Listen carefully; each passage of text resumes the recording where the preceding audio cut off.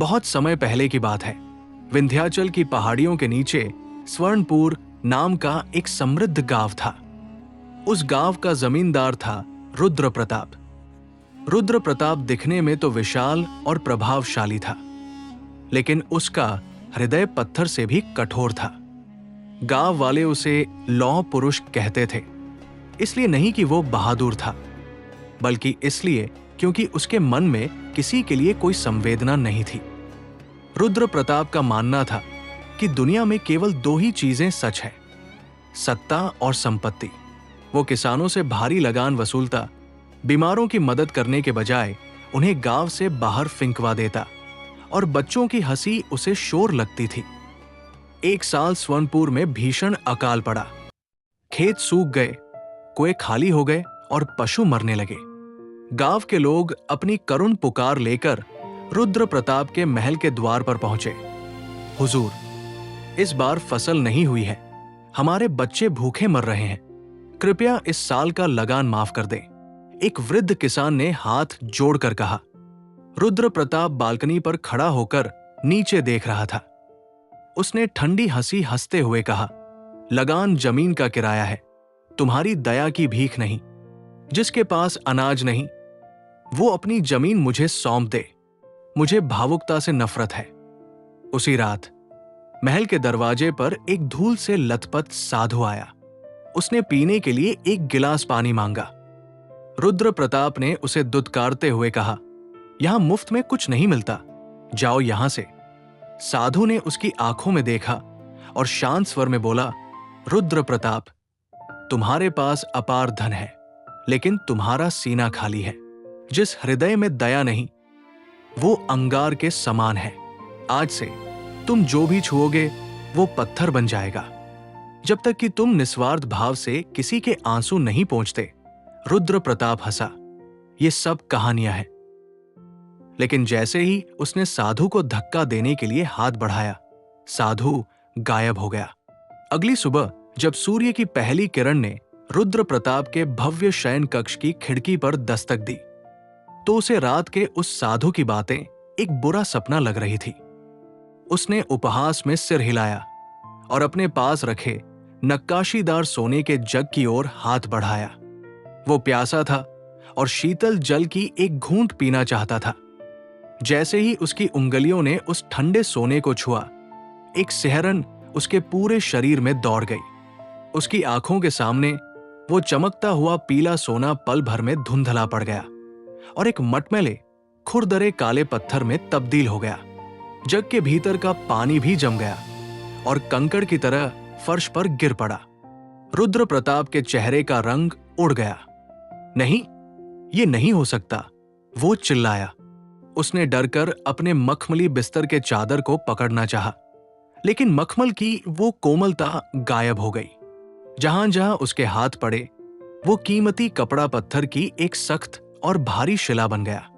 अब वो बिस्तर आरामदायक नहीं, बल्कि एक चट्टान की तरह कठोर था। वो पागलों की तरह कमरे में इधर उधर भागने लगा। उसने अपनी प्यास बुझाने के लिए मेज पर रखे फलों की टोकरी को छुआ, लेकिन सेब और अंगूर पत्थर के गोलों में बदल गए। उसने अपने नौकरों को आवाज दी, लेकिन जैसे ही उसने दरवाजे के पीतल के हैंडल को पकड़ा, वो भी पत्थर का हो गया और जाम हो गया। उसे महसूस हुआ कि ये कोई साधारण जादू नहीं, बल्कि उसके अपने कर्मों का प्रतिबिंब था, जो हृदय कभी किसी के दुख को देखकर नहीं पसीजा था। आज उसकी पूरी दुनिया ही पत्थर की होती जा रही थी। भूख और प्यास से उसका गला सूख रहा था, लेकिन अन्न का हर दाना उसके होठों को छूते ही बेस्वाद पत्थर बन जाता। उस दोपहर उसने अपने विशाल दर्पण में खुद को देखा। उसे अपनी आंखों में वो चमक नहीं, बल्कि एक अजीब सा खालीपन नजर आया। उसने महसूस किया कि महल की ये तमाम दौलत, ये सोना चांदी, सब व्यर्थ है अगर वो एक घूंट पानी भी नहीं पी सकता। उसे पहली बार उस गरीब किसान की याद आई, जिसे उसने कल धुतकारा था। क्या उस किसान को भी ऐसी ही तड़प महसूस हुई होगी जब उसके बच्चे भूखे सोए थे? डर और अकेलेपन ने रुद्र प्रताप को घेर लिया। उसे समझ आ गया था कि पत्थर का दिल होना केवल एक मुहावरा नहीं, बल्कि एक श्राप है जो उसे धीरे धीरे निगल रहा था। 3 दिन बीत चुके थे, उसने अन्न का एक दाना नहीं चखा था और न ही पानी की एक बूंद उसके गले से नीचे उतरी थी। भूख के मारे उसके पेट में मरोड़ उठ रहे थे और होंठ पपड़ी बनकर फटने लगे थे। उसे लगा कि यदि वो इस महल में और रहा तो ये पत्थर का साम्राज्य उसे जीवित ही दफन कर देगा। आधी रात के अंधेरे में फटे हुए साधारण सूती वस्त्र पहनकर, जो सौभाग्य से अभी पत्थर नहीं बने थे क्योंकि उनमें अहंकार का अंश कम था, रुद्र प्रताप पिछले दरवाजे से निकलकर घने जंगल की ओर भाग खड़ा हुआ। उसे लगा कि शायद प्रकृति की गोद में उसे इस श्राप से मुक्ति मिल जाए। जंगल घना और डरावना था। सूखी टहनियां उसके पैरों के नीचे चटक रही थी। चलते चलते सुबह हो गई, लेकिन उसकी प्यास का अंत नहीं था। उसे रास्ते में एक छोटी सी नदी दिखी। वो पागलों की तरह पानी की ओर झपटा, लेकिन जैसे ही उसने अपनी अंजलि में जल भरना चाहा, वो बहता हुआ निर्मल जल उसके स्पर्श मात्र से बर्फ की तरह सख्त पत्थर की सिल्लियों में बदल गया। नदी की धारा वहीं रुक गई, मानो प्रकृति ने उसे छूने से इनकार कर दिया हो। वो हताशा में वही जमीन पर गिर पड़ा और जोर जोर से रोने लगा। क्या मेरी नियति यही है? क्या मैं प्यासा ही मर जाऊंगा? तभी उसे पास की झाड़ियों से किसी के सुबकने की आवाज सुनाई दी। वो लड़खड़ाते हुए उस ओर बढ़ा। वहां एक छोटी सी घास की झोपड़ी थी, जिसके बाहर एक छोटी बच्ची बैठी थी। उसका नाम मीरा था। मीरा के हाथों में एक छोटी सी सुनहरी चिड़िया थी, जिसका पंख किसी शिकारी के तीर से जख्मी हो गया था। चिड़िया दर्द से फड़फड़ा रही थी और मीरा की आंखों से लगातार आंसू बह रहे थे। रो मत छोटी चिड़िया, मैं तुम्हें ठीक कर दूंगी, मीरा फुसफुसा रही थी। रुद्र प्रताप एक पेड़ के पीछे छिपकर ये देख रहा था। उसे लगा कि अगर वो सामने गया तो शायद वो बच्ची भी पत्थर की न हो जाए, लेकिन उसकी भूख और प्यास उसे मौत के करीब खींच रही थी। वो धीरे से बाहर आया। मीरा ने सिर उठाकर देखा। उसने एक डरावने जमींदार को नहीं, बल्कि एक लाचार और भूखे मुसाफिर को देखा। उसने बिना डरे पूछा, बाबा, आप इतने परेशान क्यों हैं? क्या आप भी इस चिड़िया की तरह घायल हैं? रुद्र प्रताप के पास शब्द नहीं थे। उसने केवल अपने सूखे होठों की ओर इशारा किया। मीरा तुरंत उठी और अपनी झोपड़ी के भीतर से मिट्टी के एक छोटे से घड़े में पानी ले आई। रुद्र प्रताप थर-थर कांप रहा था। उसने सोचा, जैसे ही मैं इस घड़े को छूंगा, ये पत्थर बन जाएगा और ये बच्ची प्यासी रह जाएगी। उसने अपना हाथ पीछे खींच लिया। नहीं बेटी, मुझे मत छू, मैं एक शापित मनुष्य हूं। मेरा स्पर्श सब कुछ नष्ट कर देता है। मीरा हंसी। उसकी हंसी में एक अजीब सी पवित्रता थी। बाबा, मां कहती है कि जो प्यार से दिया जाता है उसे कोई श्राप नहीं छू सकता। उसने बड़े प्यार से घड़ा उसके होठों के पास रखा। आश्चर्य, इस बार रुद्र प्रताप ने घड़ा नहीं पकड़ा था, बल्कि मीरा उसे पिला रही थी। पानी पत्थर नहीं बना, वो शीतल जल जैसे ही उसके गले से नीचे उतरा। उसे लगा कि उसके मृत शरीर में जान आ गई हो। वो पानी अमृत जैसा मीठा था। रुद्र प्रताप ने जैसे ही मीरा के हाथों से पानी पिया, उसे अपने भीतर एक अजीब सी हलचल महसूस हुई। वो पत्थर जैसा भारीपन जो उसके सीने में हफ्तों से दबा हुआ था, थोड़ा हल्का होने लगा था। लेकिन असली परीक्षा अभी बाकी थी। मीरा की गोद में वो नन्ही सुनहरी चिड़िया अब और भी कमजोर होती जा रही थी। उसके सुनहरे पंख खून से सने थे और उसकी छोटी सी चोंच प्यास से खुल और बंद हो रही थी। मीरा बिलख बिलख कर रो रही थी। बाबा, मेरी चिड़िया मर जाएगी। मां कहती है कि पास वाली पहाड़ी की चोटी पर एक संजीवनी जड़ी उगती है, लेकिन वहां का रास्ता बहुत पथरीला और कांटों भरा है। मैं वहां तक नहीं जा सकती। रुद्र प्रताप ने चिड़िया की ओर देखा। पहले वो केवल मांस और हड्डियों का एक टुकड़ा लगती थी, लेकिन आज उसे उस नन्ही जान में अपना ही अक्स नजर आ रहा था, बेबस और तड़पता हुआ। उसने एक गहरा सांत्वना भरा सांस लिया और कहा, बेटी, तुम फिक्र मत करो, मैं लेकर आऊंगा वो जड़ी। वो पहाड़ी की ओर दौड़ा। उसके पैर नंगे थे और रास्ते के पत्थर उसके तलवों को चीर रहे थे, लेकिन उसे दर्द का एहसास नहीं हो रहा था। उसके मन में केवल एक ही धुन थी, उस चिड़िया को बचाना।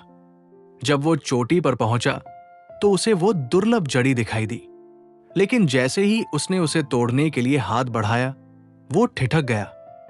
अगर मैंने इसे छुआ और ये पत्थर बन गई तो उस मासूम बच्ची का भरोसा टूट जाएगा, उसने सोचा। उसने अपनी आंखें बंद कर ली और पहली बार अपने जीवन में प्रार्थना की, हे ईश्वर, मुझे भले ही पत्थर बना दो, लेकिन इस बेजुबान की जान बचा लो। ये जड़ी पत्थर न बने। उसने कांपते हाथों से जड़ी को छुआ। चमत्कार, वो जड़ी पत्थर नहीं बनी, बल्कि उसके स्पर्श से वो और भी हरी भरी और चमकदार हो गई। रुद्र प्रताप की आंखों से आंसू बहने लगे। ये आंसू दुख के नहीं, बल्कि करुणा के थे। जैसे ही उसके आंसू उस जड़ी पर गिरे, जंगल की हवाएं मानो सुरीली हो गई। वो दौड़ता हुआ वापस झोपड़ी पहुंचा। उसने जड़ी को पत्थर पर घिसा। इस बार पत्थर भी उसके स्पर्श से कोमल हो गया और उसका रस चिड़िया के जख्मों पर लगाया। जैसे जैसे वो रस चिड़िया के शरीर में उतरा, उसके जख्म भरने लगे।